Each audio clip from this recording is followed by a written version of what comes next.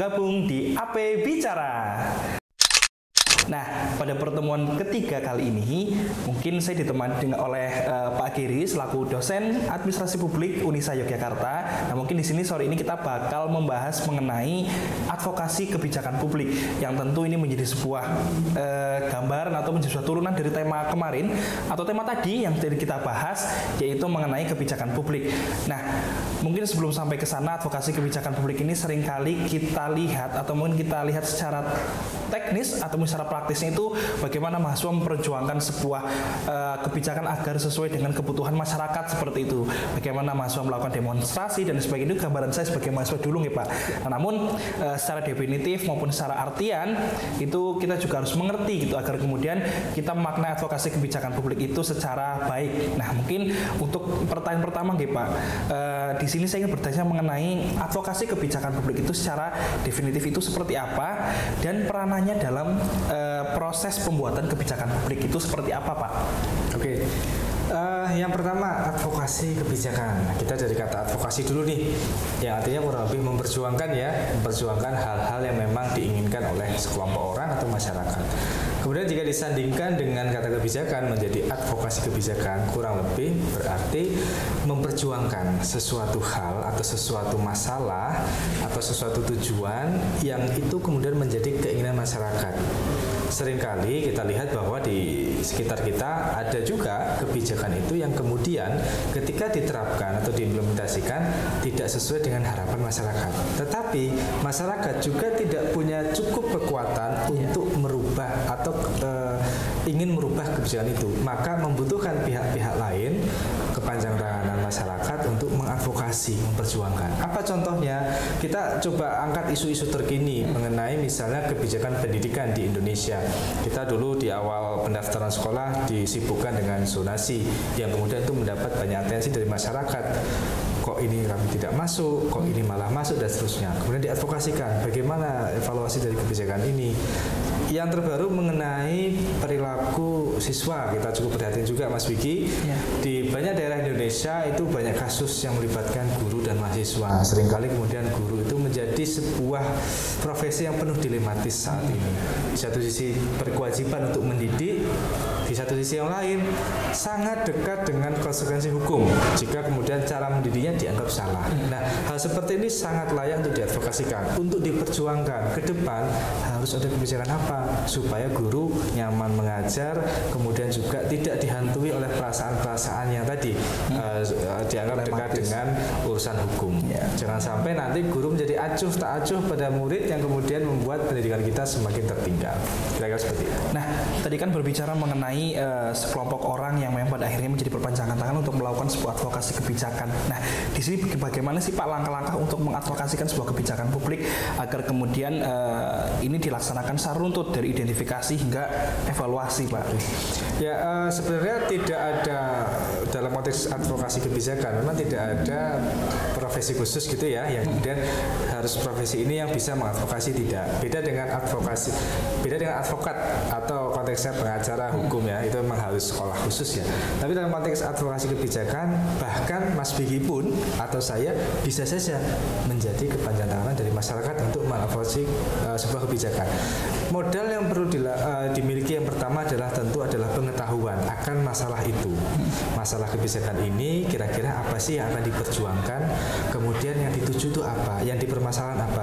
Konteks dari undang-undang ataupun peraturan ataupun kebijakan itu harus diketahui dulu, baik oleh masyarakat terlebih khusus bagi si advokator tadi, untuk kemudian nanti mereka punya bekal yang cukup untuk memperjuangkan nasibnya kepada pemerintah. Itu yang pertama. Jadi modal pengetahuannya harus matang dulu.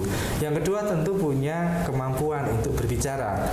Dalam konteks berbicara di sini adalah kemampuan untuk berorasi, kemampuan untuk bernegosiasi dan juga lobby. Itu adalah kemampuan dasar yang harus dimiliki supaya apa? Proses advokasi ini bisa berjalan lancar dan tujuannya dapat tercapai. Kemudian juga tidak kalah penting adalah punya jejaring. Itu menjadi hal yang sangat dibutuhkan juga, bahwa seorang advokator kebijakan harus punya jejaring baik di lingkungan masyarakat maupun di lingkungan pemerintah, supaya apa, jalan yang ditempuh itu tidak kemudian terlalu terjal dan punya potensi untuk tadi ya memenangkan masalah yang sedang diperjuangkan.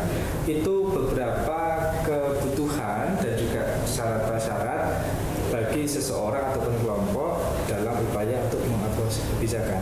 Di sini juga kita tidak hanya bicara perorangan, bisa juga kita mengandalkan sebuah LSM, ya, NGO ataupun organisasi keagamaan. Muhammadiyah misalnya, itu kan juga sangat sering sekali untuk mengadvokasi kebijakan. Misalnya kita bicara di di Wadas misalnya, ya, ekologi. Muhammadiyah melalui majelis dan lembaganya juga tidak kurang-kurang dalam advokasi memperjuangkan masalah masyarakat. Kemudian di Kendeng dan juga di banyak daerah, termasuk di Jogja, masalah sampah misalnya itu kan kemudian menjadi perhatian dari majelis lembaga di Muhammadiyah dalam advokasi kebijakan. Jadi bekal pengetahuan dan relasi itu menjadi bekal yang utama. Sepakat, karena memang tadi berbicara mengenai relasi dalam upaya advokasi ini sangat penting. Bagaimana kita ketika melakukan sebuah upaya advokasi, kita berbicara sendiri, kita menyampaikan orasi sendiri tanpa adanya dukungan yang kuat, itu juga akan sulit sekali kita untuk mendapatkan hasil yang baik seperti itu. Nah, itu kan keterkaitannya dengan tantangan seperti itu. Nah, untuk tantangan-tantangan Pak dalam upaya kita melakukan advokasi kebijakan publik itu secara lumrah atau secara umumnya seperti apa Pak? Ya.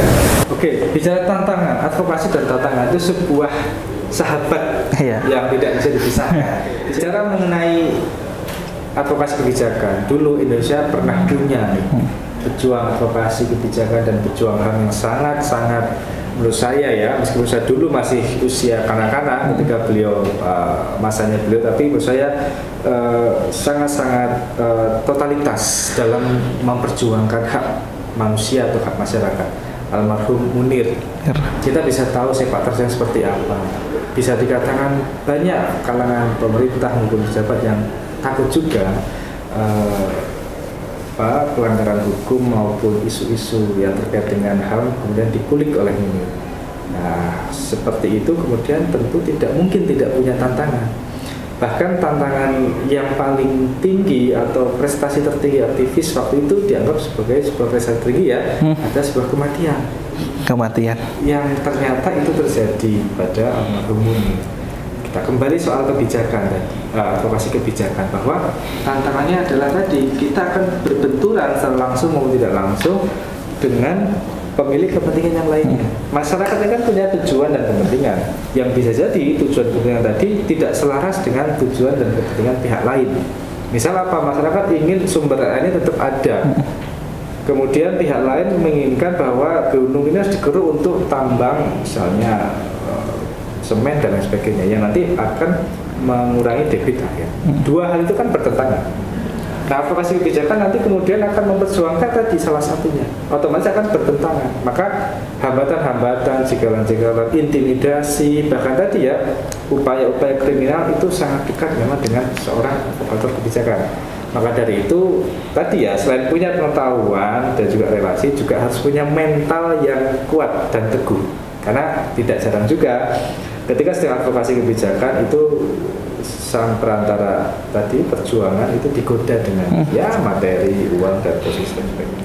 Nah, itu kan tadi berbicara mengenai tantangan yang sangat lumrah atau mungkin sangat dekat dengan kehidupan advokator begitu Pak. Nah, ini di sini kan kita juga sebagai saya terutama mahasiswa atau mungkin alumni mahasiswa ini dulu juga seringkali mengadvokasikan sebuah kebijakan agar kemudian dapat sesuai dengan keinginan masyarakat seperti itu. Nah, pastikan harus punya keterampilan atau mungkin sebuah kemampuan bagi advokator itu Pak.